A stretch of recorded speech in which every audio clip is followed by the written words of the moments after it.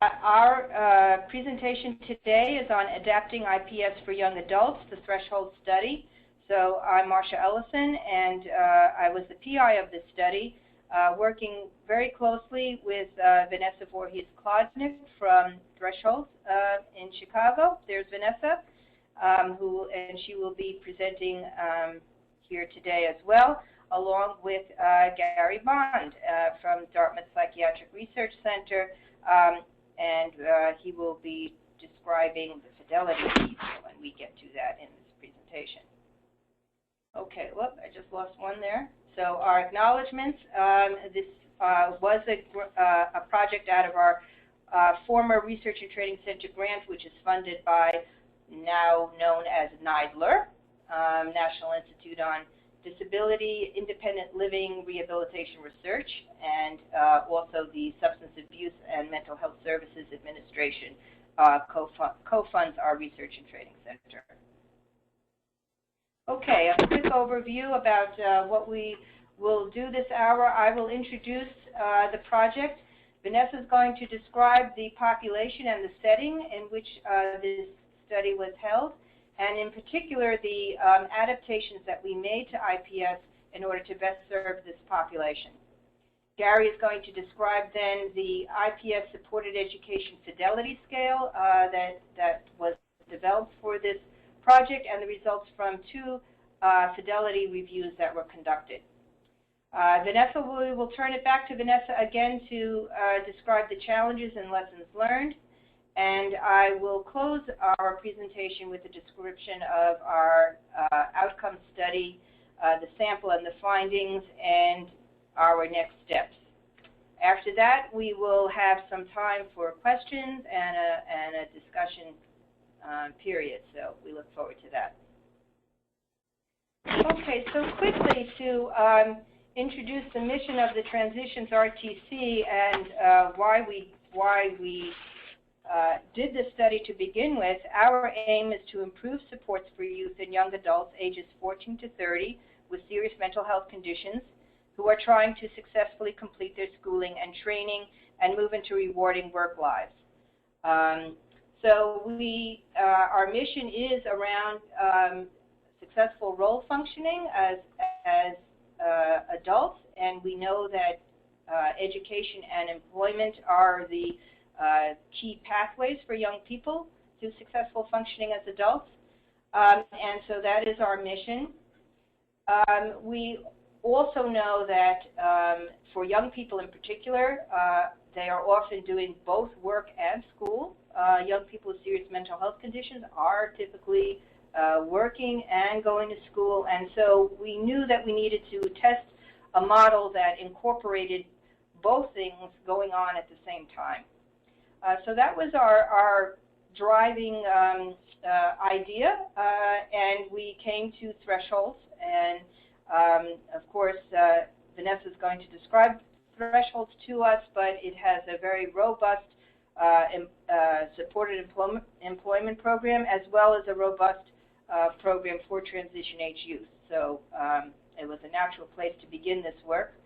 We added on peer support, knowing that peer support is a critical element for adults with serious mental health conditions, and we know from peer mentoring studies that that applies to young people as well, and we wanted to test that adaptation at the same time. So we did conduct a one-year intervention with the pre-post evaluations at Thresholds Inc. in Chicago. And I will turn it over to Vanessa at this point to describe more about our study. Thank you. Okay. So this project was conducted with a unique population and in a unique setting with a very specific service design that I want to describe. But quickly, let's see if I can control this. Okay. Well, so the Threshold Young Adult Program has been around since the 70s, and it serves primarily at this point 16 to 22-year-olds with very serious mental health conditions.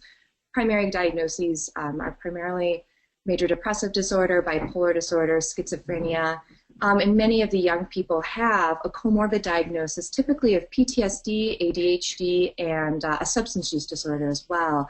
What's specifically unique about this population is the high rates of trauma exposure and the youth onset of these serious mental health conditions. So many of the young people who access services at the Threshold Young Adult Program have been receiving really intensive services in the child mental health system for a very long time. So also, many of the young people that access the Young Adult Program have long histories of involvement with the child welfare system and special education system. Can you do the next bullet? And also the juvenile justice and criminal justice system as well. And just to give you a sense of what the young people are facing in regards to vocational development is when these young people are moving from placement to residential treatment center to foster home to group home, their vocational trajectories are disrupted early on in their development. And so by the time they make it to the Threshold Young Adult Program, when they're between 16 and 22, they've already had long histories of having disruption in both school and then not typically having any work experience. Next bullet, please.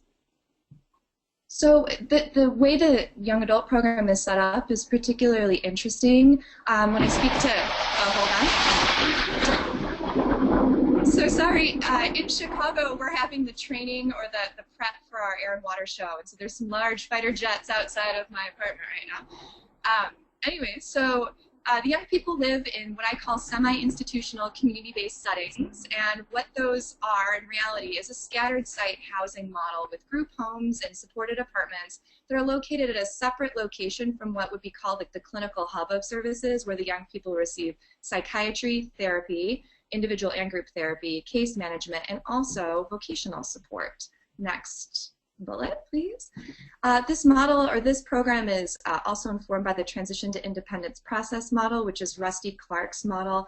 Young people's voice is very important in treatment planning at the Young Adult Program. Next bullet. So one issue with providing continuity of care for this population is that so many of these young people are associated with child systems, which when they reach a certain age or they graduate from high school, suddenly their eligibility for these services ends abruptly. And so we run into issues with helping young people transfer into our adult mental health system, and that's one of the goals at Thresholds, is to figure out how to do that better. And last bullet point, I just wanted to mention IPS was already up and running at the Young Adult Program for roughly 2 to 3 years, and so it seemed like a great fit to do this adaptation at a place that already was doing IPS to Fidelity. And so there were employment workers that were already in the clinic space, attending meetings, the leadership, they were talking about work a lot. So there definitely was a value of employment that was already part of the Threshold Young Adult Program when we launched this project. Okay. Next slide. Okay, so our adaptations to the IPS model. Essentially, we added 3 core components: supported education as one component, vocational peer mentoring as another component, and then this idea of career development being a very important piece. There should be some kind of marriage between supported employment and supported education, specifically for transition age youth with serious mental health challenges, and that we shouldn't just be thinking about helping young people, get a job quickly or get enrolled in school very quickly, but that there should be some real thought about experimenting in these different worlds and then helping the young person develop their vocational identity.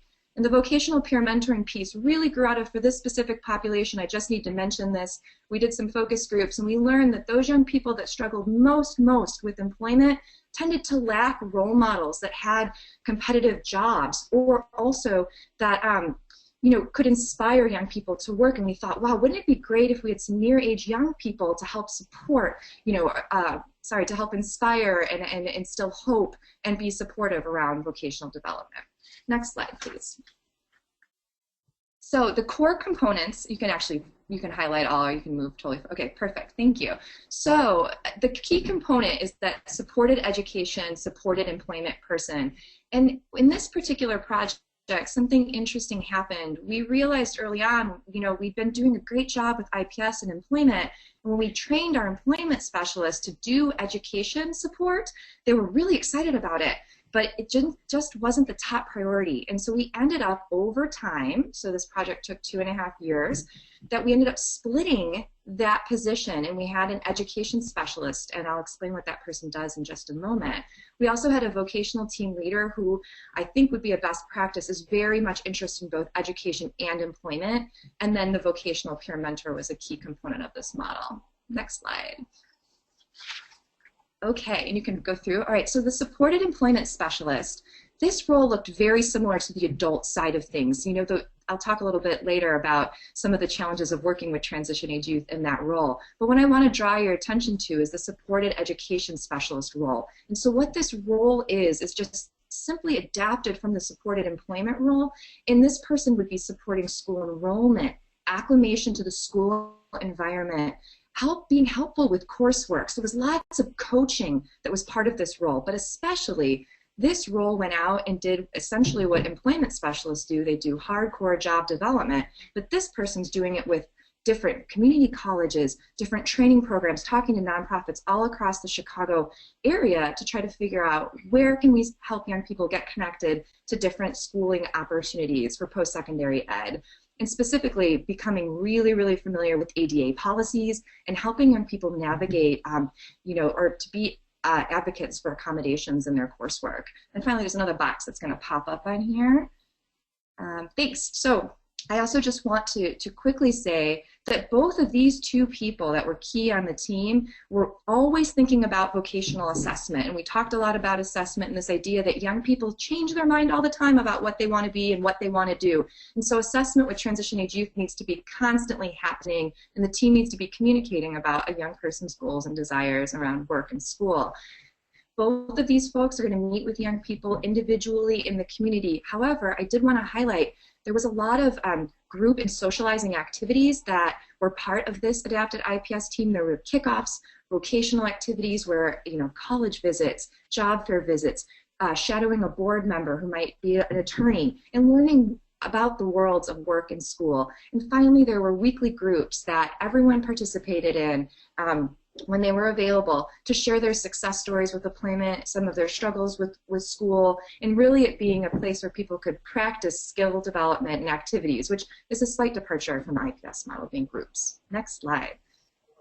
Okay, so this is the part I get super passionate about, is the peer mentoring piece. And this took an entire 2.5 years to think through what are the exact duties of a young adult near age peer mentor. Of course, working very closely with these supported employment and supported education specialists, providing emotional support and validation of the struggles of engaging in work and school while also managing a serious mental health condition. Also, a key piece here is we thought a lot about how transition age youth tend not to engage in adult service models. And so we thought that peer mentors could add that extra oomph for support to help young people engage with their supported education and supported employment specialists. Also, that they were present, these peer mentors were meeting with young people in the community, always exploring vocational opportunities, talking about what someone at the subway was working and what that job might be like for this young person while, meeting over a sandwich. Also, the peer mentors, and this was part of my job as a clinical supervisor for the peer mentors, is I would teach and role model and coach professionalism a lot, and then the peer mentors, in turn, were teaching, role modeling, coaching professional, maintaining hygiene, and also helping young people to have appropriate boundaries with their coworkers, their peers in the classroom, their professors. For a lot of these young people, it's the first time they're entering into college environments and also work environments. A lot of coaching on how do you interact with your boss.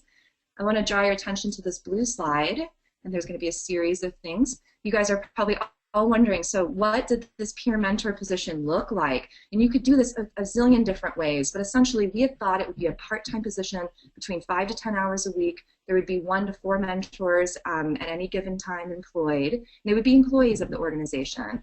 1 to 6 young people would be assigned to each peer mentor through kind of a loose matching process where we thought about who would be a good fit for a peer mentor to work with a young person based on, and this we didn't formally flesh out, just based on what we knew about both of these two people. That, the peer mentor would meet with the young people once a week for 30 minutes in the community. The peer mentor would attend these weekly vocational groups. The peer mentor would do some documentation, so we were able to then go back and see what the peer mentor did, how often they met with young people. They attended bi-monthly vocational team meetings with the rest of the team, and they also attended a weekly clinical supervision group with me. Okay, next slide. So quickly, when we designed the project, the original characteristics we had in mind, that the peer mentors would be very near age, between 20 and 24, that they would have a serious mental health condition.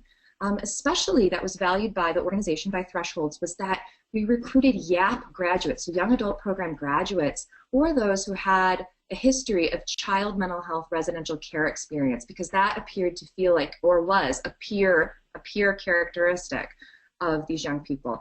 And we wanted young people who were in the peer role to be a high school graduate and at least have some exposure to the worlds of work and post-secondary ed.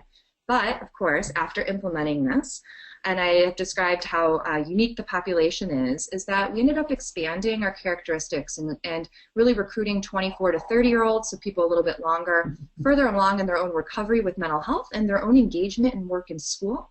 We also expanded not only to folks with serious conditions, but thinking more about those with mild to moderate experiences with mental health conditions, but perhaps paired with knowing a family member or having a family member who had interactions with the child mental health, child welfare, or juvenile justice system. We also recruited as an experiment a young man who had a lot of experience with IPS through the adult community health system to see if that would be a good match as a peer mentor. But essentially, what we found is that having, for this particular population, having the shared lived experiences of child welfare, criminal justice, and juvenile justice in urban poverty were valuable peer experiences. And of course, we conceptualized this as a part-time position, 5 to 10 hours, and it became clear that we really needed young people who were in the peer mentor role to be concurrently either working in another job or attending school, and that was be valuable because then peers could describe their current challenges and be very real in the moment and give up-to-date examples. Next slide. Okay, and I'm going to pass it off to Gary in just a moment. You can highlight all of the same, perfect. And so as part of IPS, the principles are incredibly important for everyone to understand. And Gary will describe how we didn't change the Fidelity scale much, but I do want to highlight these modified and added principles. And so you'll see that zero exclusion exception, that's in the second box where it says modified. And part of the thing is in Illinois is that young people, as they are coming close to age 21, that the goal in DCFS is to help these young people launch out and live on their own. And so these young people are already starting to connect to the adult mental health system where they're probably starting to work, they're usually starting to work with an adult IPS worker. And so we did not attempt to include those young people in this particular project. Also, that we expanded competitive employment as a goal to also include paid internships, and I can tell you now that we include all volunteer positions as well. And also that there'd be this very strong emphasis on education. Now, the two principles that were added come from this idea of career development, and that these young people had so little exposure to the worlds of work and career and education that there needed to be a principle that moved and was thoughtful around really exposing young people to these things to help them develop their vocational identities. And finally, because of Rusty Clark and the TIP model and everything that's done at the Young Adult Program at Thresholds, youth voice and advocacy, and having the youth be the center in planning all of their treatment planning, it was believed and it was said from the beginning that youth really need to be the driver of also their vocational services as well. So with that, I'm going to pass it over to Gary Bond, who's going to talk about the adaptations to the Fidelity scale. Thank you.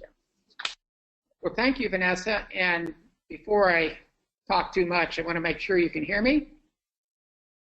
You can hear me. Okay. Well, that's a good start. As Vanessa indicated, I'm going to be talking about the development of an adapted IPS Fidelity scale. We call it the IPS Supported Education Fidelity Scale for Transition Age Youth, and it was applied to this specific program with the population that Vanessa indicated. So just a little bit of background on why a Fidelity scale. First off, a Fidelity scale is a scale that measures how well a program actually follows the principles of the program model or the model that you're trying to implement. And fidelity scales are terribly important in evaluation research and in quality improvement research because without some kind of guide for what it is you're trying to implement and without some kind of measure of what you've implemented, the results are very hard to interpret. This has been a problem in the mental health field and other fields as well for many, many years. And in recent years, there has been a greater emphasis on fidelity scale measurement. So I want to briefly talk about 5 pieces to this effort.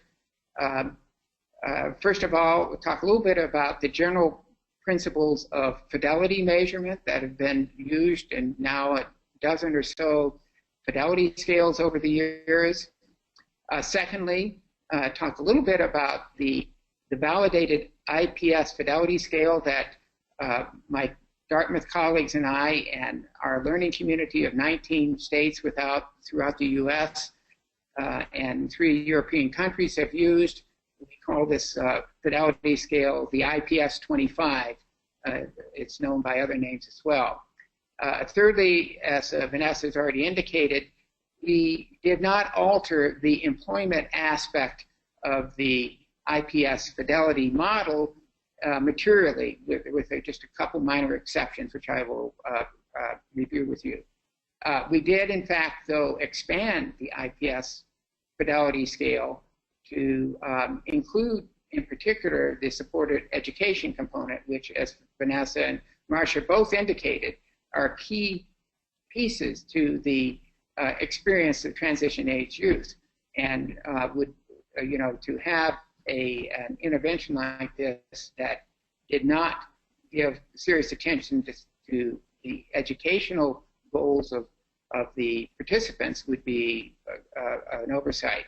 And finally, to describe or mention the 5 new items we added for the young adult population.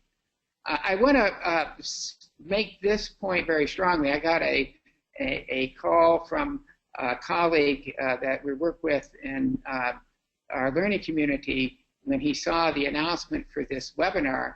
He said, "Gary, tell me that you're not changing the IPS fidelity scale." He was in great distress that somehow we were going to throw that out the window. So I want to reassure those of you on the call that may be using the IPS fidelity scale that it works used in almost without alteration on the employment side as you've been using over the last few years.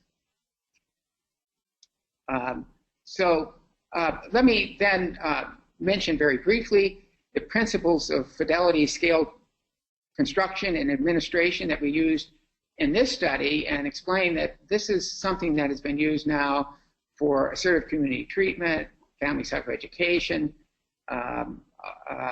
as well as for supported employment, illness management, recovery. A whole raft of fidelity scales follow the same approach to fidelity measurement. And we wrote a manual a few years back that I'd be glad to send to anybody if they're interested that outlines some of these principles. But basically, 3 key elements in this approach are as follows. First of all, to develop item content that follow from the model principles. So you need to be able to articulate what are the principles of the intervention you're using, and then operationalize the items that would measure those principles. Secondly, in our approach, we use a 5-point behaviorally anchored scale where we observe behaviors. We don't talk about so much about opinions, or attitudes. We're interested in what the program actually does. And third, we use multiple sources of observation, including talking to the staff, looking at how they interact in their team meetings, as well as with consumers, interviewing consumers, family members, looking at charts. So we use a multi-method assessment strategy. And we firmly believe in the importance of site visits as opposed to telephone interviews or checklists or other or questionnaires or other approaches that are sometimes used. So an example of the translation of a model principle into a Fidelity item would be the principle of rapid job search, which is one of the fundamental tenets of the IPS approach. And so the way that we define it is to say that the search for competitive jobs occurs rapidly after intake, instead of spending a period of time of preparation and assessment and pre-vocational work activities. And so the acid test is whether, on average, you make contact with an employer within 1 month after entering the program. I mentioned the 5-point behaviorally anchored continuum. So in this example, to fully implement rapid job search, you would meet that criterion I just said.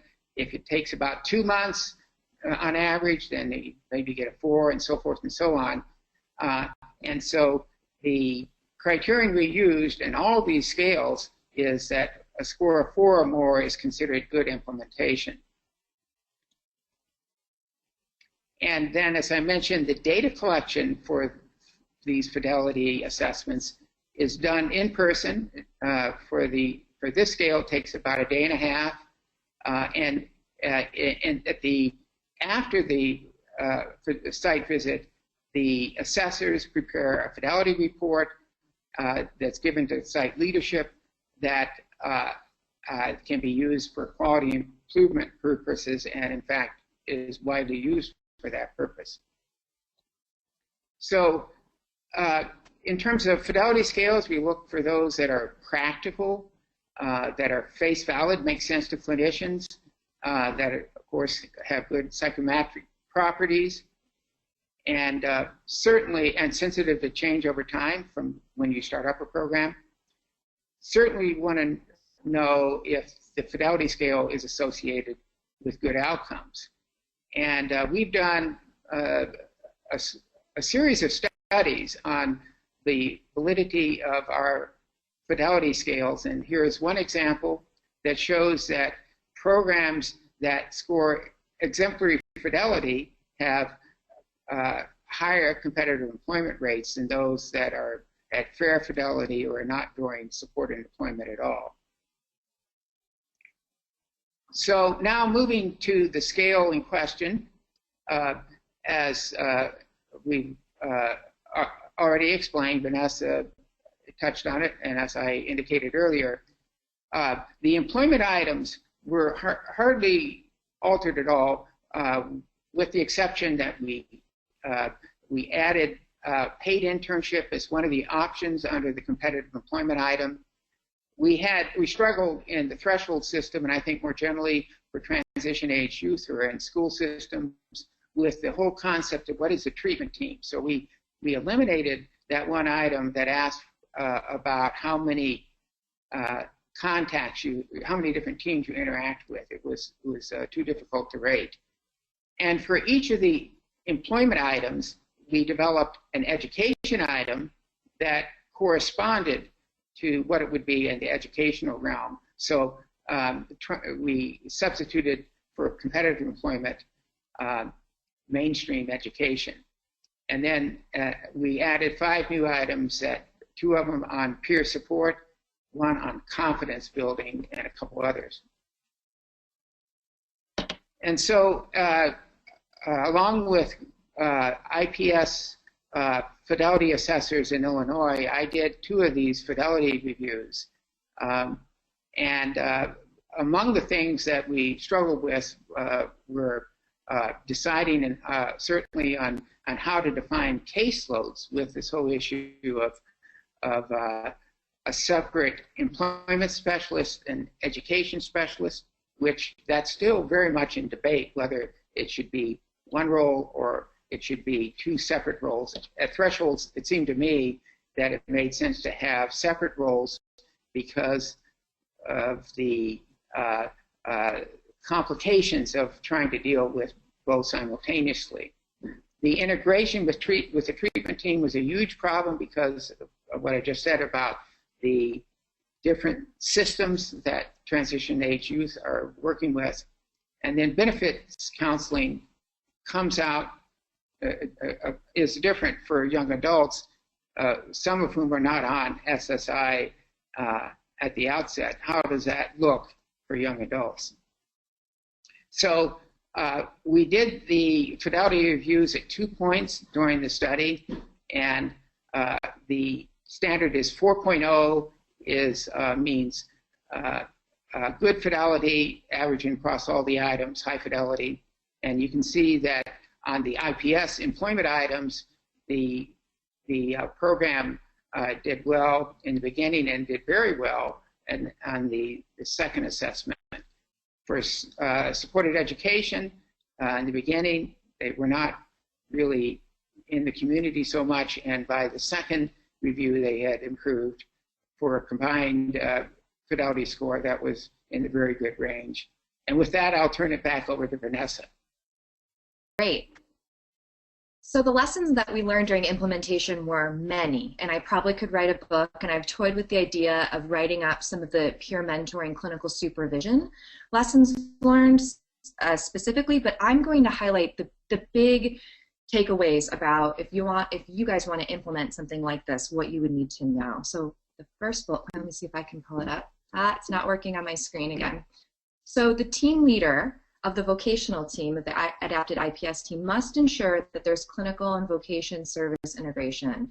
And this is a component that is key with regular IPS, but that there needs to be someone who's championing this specifically, and to make sure that on all ends of the clinical end as well, that they are informed, the clinical folks, that employment and education is completely a feasible option for a young person that might have just gotten out of the hospital. I think there's a lot of education around that. And even though the young adult program had a long history with IPS, still struggles with making sure that these are very much integrated.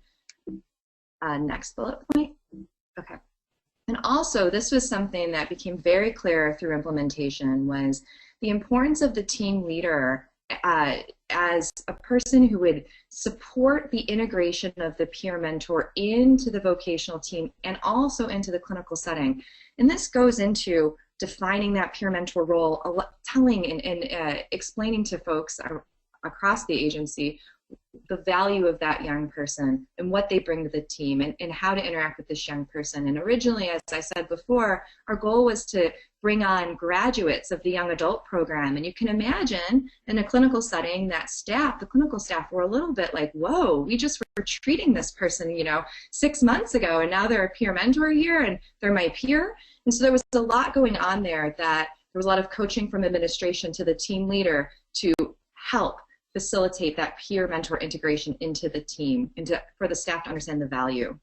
So for the next bullet point, someone bring it up, thank you, that the supported employment and education specialists need to work together. Now, in theory, these folks sit right near each other, they're talking often, but that doesn't necessarily mean that they're working together around that career development piece. Also, early on, we thought the vocational peer mentors, were such a great idea. And what ended up happening was the supported employment education folks would just kind of delegate tasks that they might do, which is one way to do a peer mentoring model, to say, hey, this person needs to fill out a resume down the street. Can you walk down the street with them, do some coaching along the way, and help them fill something out? But what we realized, it's more than just doing tasks. That there's a piece here about storytelling and inspiration and instilling hope that peer mentors can do, and a little bit further than maybe a supported employment and education person without a lived experience could do. And so there was definitely thought around how this entire team could work more closely together, especially with about 2 years into implementation. We really started to think about, when we bring on a new peer mentor, we then, in our training of peer mentors, we had them spend time with the supported employment folks for a day, and then had them spend time with the supported education person for a day. And the point of that was to develop a meaningful relationship between these staff members, and also for the vocational peer mentor to learn what these roles look like in the world, right? So next bullet point. Great. So in order for your team to be successful, and I've talked a lot, if you guys have heard of Ishan Spencer, who speaks a lot on behalf of the Young Adult Program and IPS for Transition Age Youth, that when you're hiring folks to be in the role of supported employment specialist or education specialist for transition age youth, you need to hire folks who are incredibly patient. They need to be flexible with their time. They also need to be genuinely interested in the well-being and vocational attainment. They can't just be there to pick up a check. They have to show genuine interest.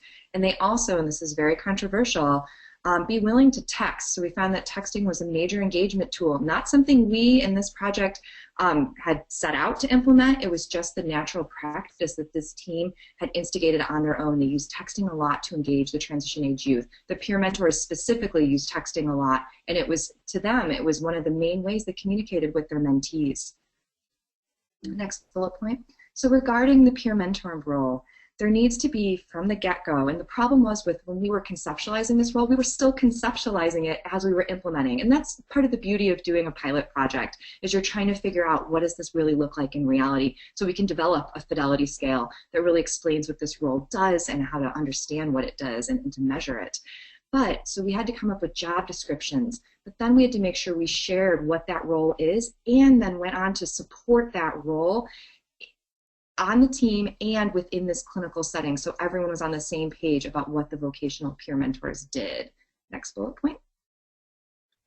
So this was something, I know I've used the word valuable a few times, you might be wondering why. There definitely was some questions about how are these young people valuable, right? And we didn't necessarily study the experience of the peer mentors themselves, because definitely me working with them as a clinical supervisor, they talked all about the meaningful experience they had as peer mentors, but often the peer mentors were seen as staff by something that was adding stress to their work, and then it was another young person with a mental illness to work with. And so really being aware of that and figuring out ways to address that in the moment, and then also creating policies that work to support the interaction of these folks and making sure peer mentors get the kind of support that they need. Next bullet. So this is, again, coming back to this idea of near-age peer mentors and young adults. We could have planned for years to try to imagine all the different things and challenges we would run into with using or with hiring near-age peer mentors, but inevitably having some policies in place and some structures in place. And I'm working with John Delman on thinking through that piece for nonprofit employers who want to employ young adult peer support workers and how they may have to switch up their setting and their culture a little bit to welcome these young people as new staff. Next bullet point. Okay, actually, you could go through all the bullet points at the end. And again, I just wanted to reiterate the need for adequate support and supervision. And this is one piece that I think we had thought through really well. But again, as I described the many risks and challenges that are facing this population, the idea that the young people we're asking to be peer mentors may have also have experienced many of those things.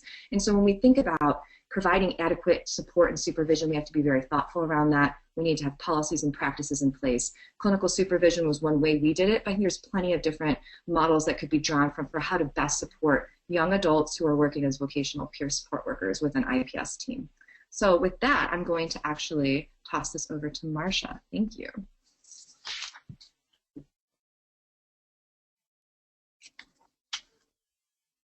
Hi, everybody. Everybody hear me okay? Yeah, okay, thank you.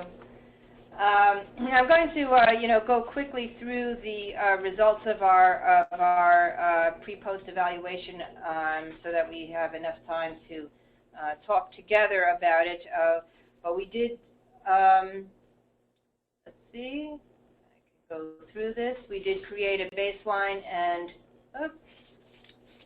12-month follow-up and we assessed study retention, the peer mentoring experience, and employment and education outcomes.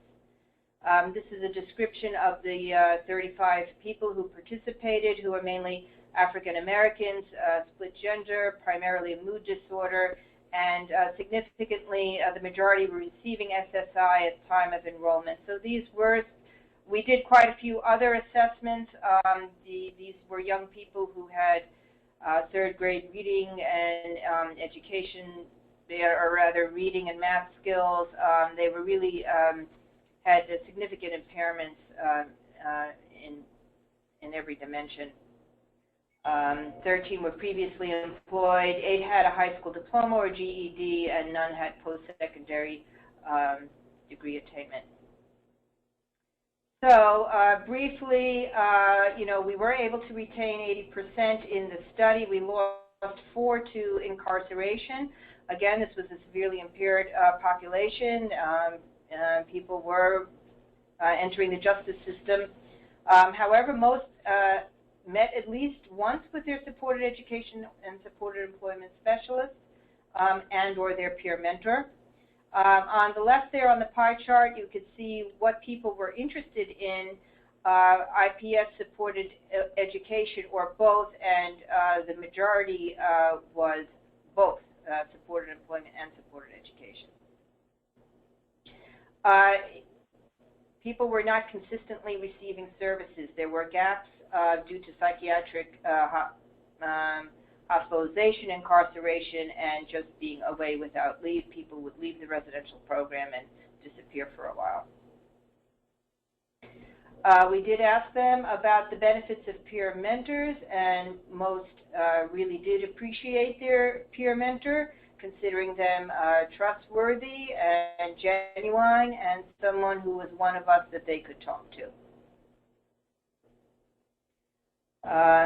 Now for Where's the Beef? How did people do in terms of employment? We had 13 job starts with an average tenure of 11 weeks, typically part-time and minimum wage. Job endings, 60% lost their job, mainly due to poor attendance and also quits. 3 continued to maintain their employment. What about education? So we had 18 education starts. There were starts in a variety of things, GEDs, certificate programs, college courses. Of the 18, 6 actually completed what they started, which we thought was pretty good. 50% stopped their, discontinued their education program that they were in. And if you put it all together here, overall vocational educational outcomes, the blue slice of 49% either started education or started their employment unemployment program.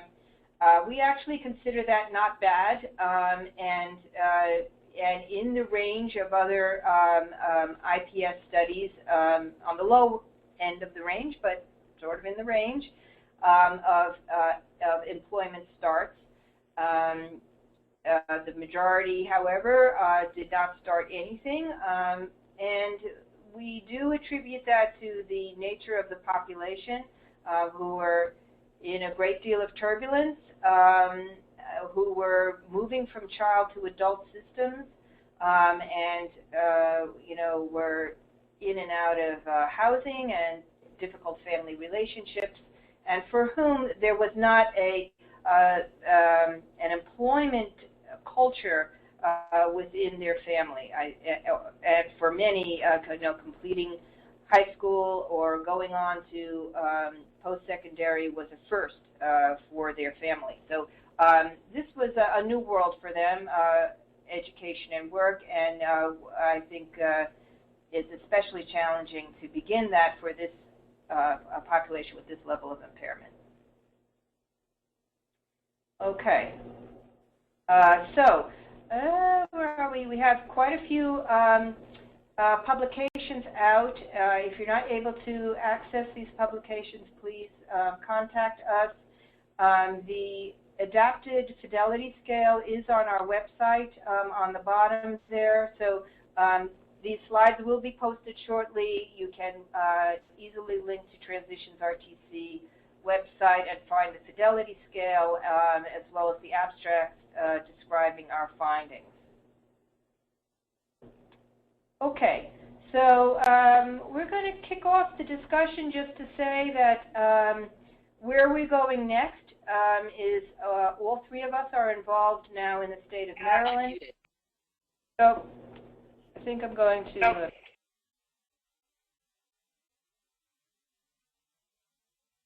I'm just going to say that we are in Maryland. Our intention is to work with high school age youth in particular, and to work with this model of adapting IPS and to really flush out and very carefully specify the supported education component of this adapted IPS to help the high school age youth.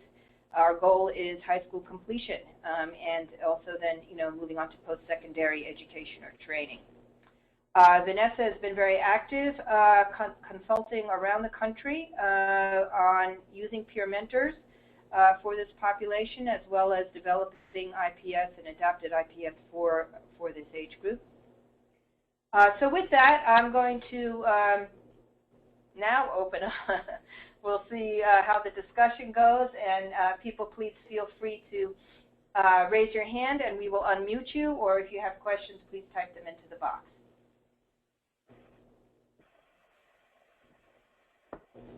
Hi everyone, this is Tanya. I have one question from Karen Moore. It says, in regards to the team leader role, is this team leader on a vocational team or a clinical team or both? Can y'all hear me? Yeah, so there is a vocational team leader who actually oversees the interaction of the IPS workers and the supported education worker and the vocational peer mentors. And at this particular setting, there would be a comparable position who'd be a clinical team leader for the case managers and therapists. And so yes, the team leader would function as if there's separate for the vocational and then also for the clinical at this setting. All right, awesome. So if are there any other questions in the room? There seems to be one hand raised.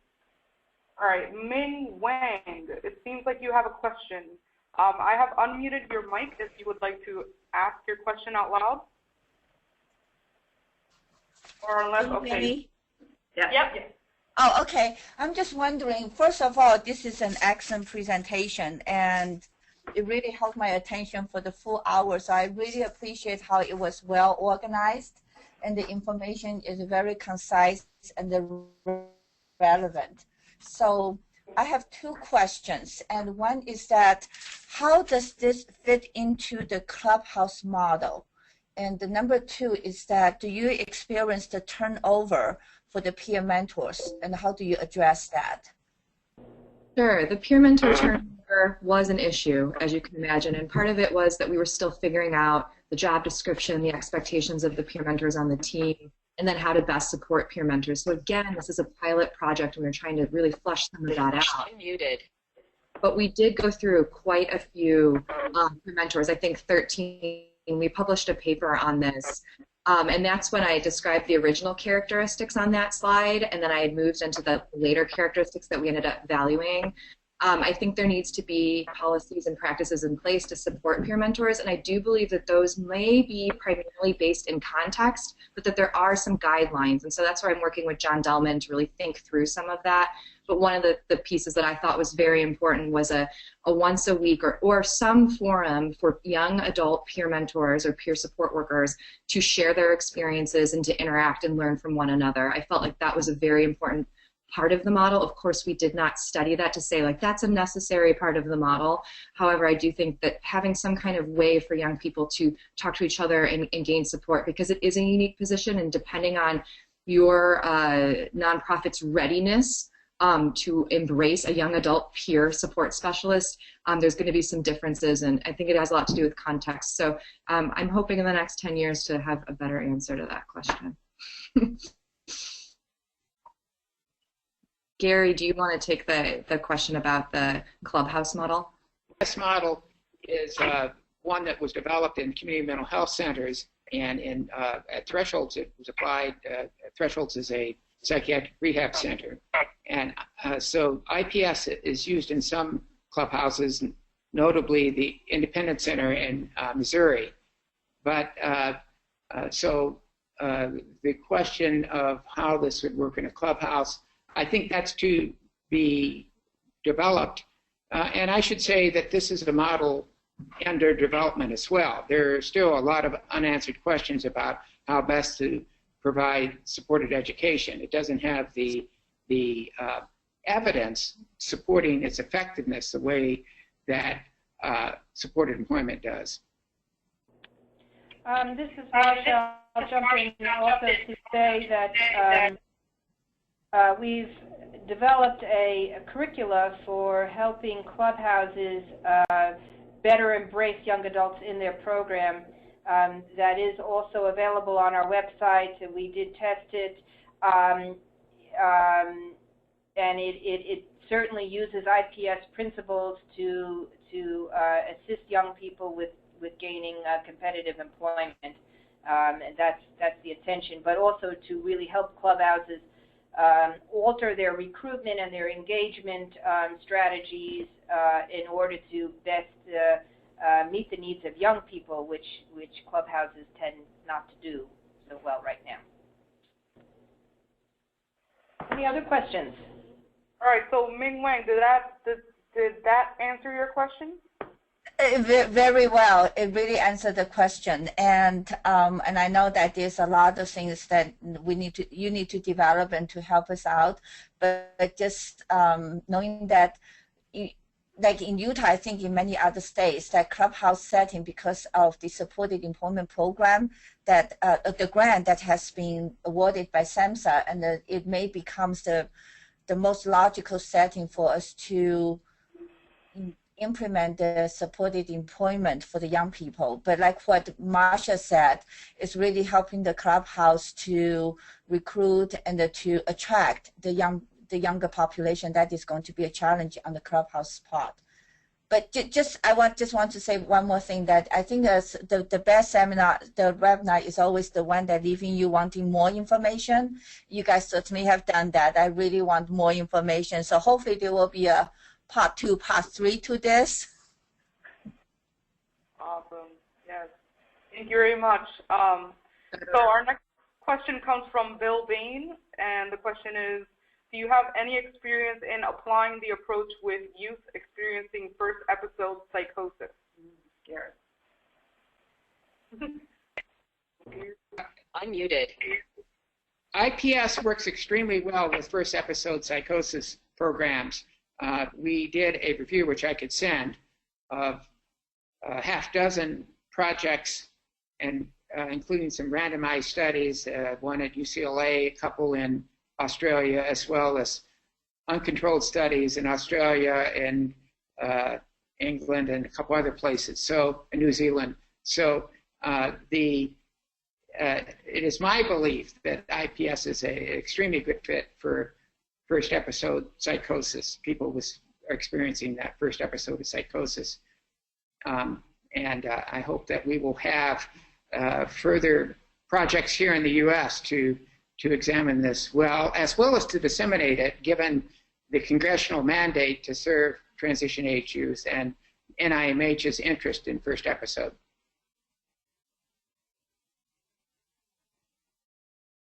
This